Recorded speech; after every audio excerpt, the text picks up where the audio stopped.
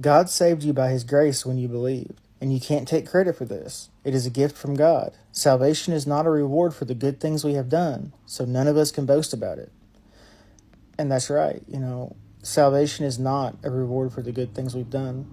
Salvation is a reward when we go to God for his trust, for his love, for his saving grace. It is only through him that we can be saved. It doesn't matter if we do all the good things in the world, if we do the greatest things in this world. Unless we have God in that with us, we're not doing great things. And a lot of people like to boast about, oh, well, I do good things, so I'm going to heaven, or I'm a good person, so I'll go to heaven. If you're truly a good person, you'll have God centered at the middle of that. You will have God centered at the middle of your life. All things will revolve around him. And you'll begin to notice a change in your life when the good things that you do, you no longer seek glory for. You no longer care if anyone knows, because it doesn't matter. It matters about serving him and being faithful to him through all things.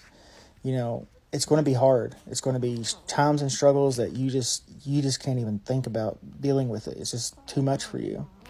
But that's when we should rely on Christ even more. I heard this thing the other day about silver being purified. It is pure. It is, melted over and over again to get all the slag, all the dross off of it to become pure. And that's just like a Christian in a lot of ways.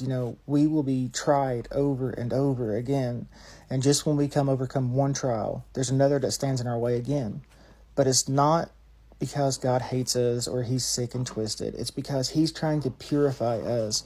When we pray to be better people, when we pray to do good things, there's going to be trials in our lives that really test us. Are we truly meaning what we pray about? Are we truly meaning when we say that, make us better? You have to realize, when you're making something with clay, it messes up sometimes. You have to restart from the whole thing over.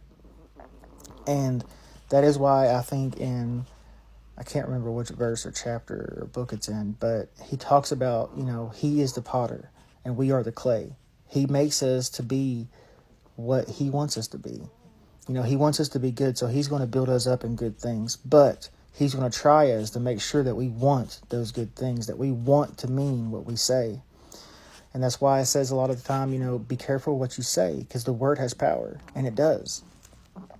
You have to be careful what you ask for and what you pray for, because it'll come true in ways that you never imagined.